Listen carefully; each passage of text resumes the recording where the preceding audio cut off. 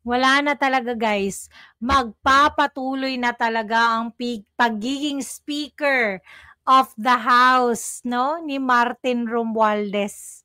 Grabe, oh. Ito yung balita, no? Alam nyo naman yung PTV, kung kanino yan, kung sinong may-ari niyan, di ba? Oh, Philippine State-Controlled Media, oh, di ba?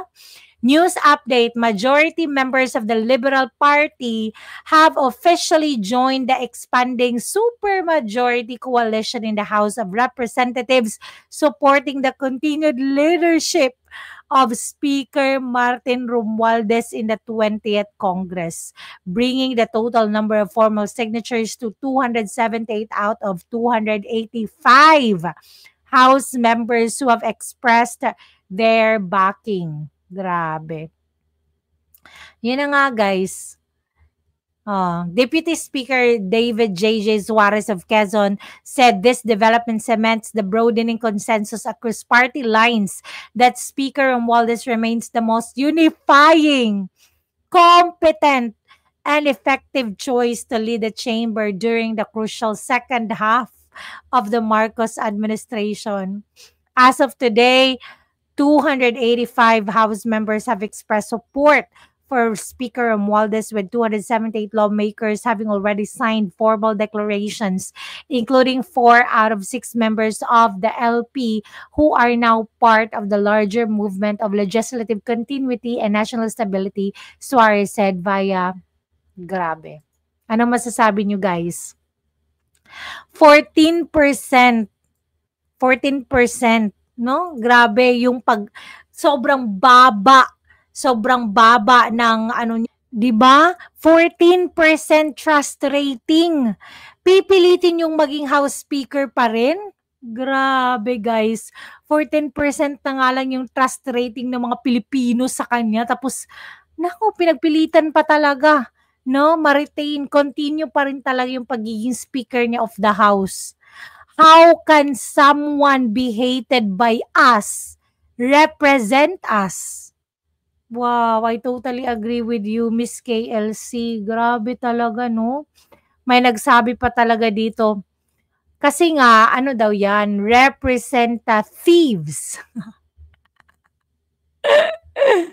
Totoo, no? Sobrang tatalino talaga ng mga Pilipino. Grabe. Representatives. Yung last, guys, is spelled as Thieves. O, di ba? Thieves talaga.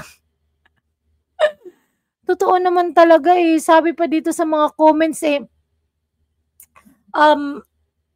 ipinipilit pa din ni Tamba, eh okay lang if everyone hates him. Crooks naman siya.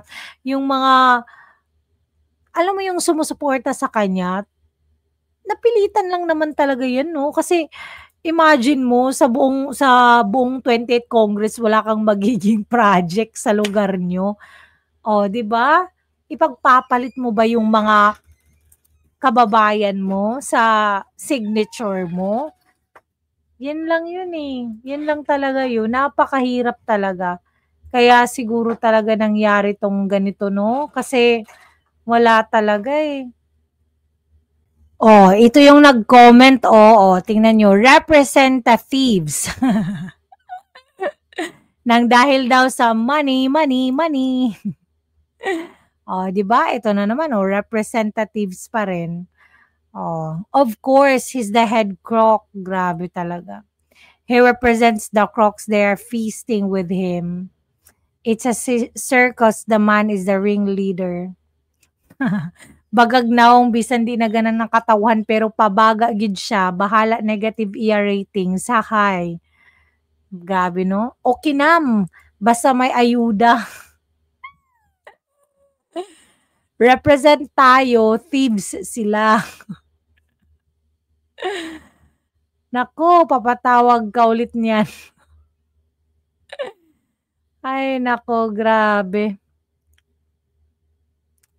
His supporters seem showing their skin. Totoo.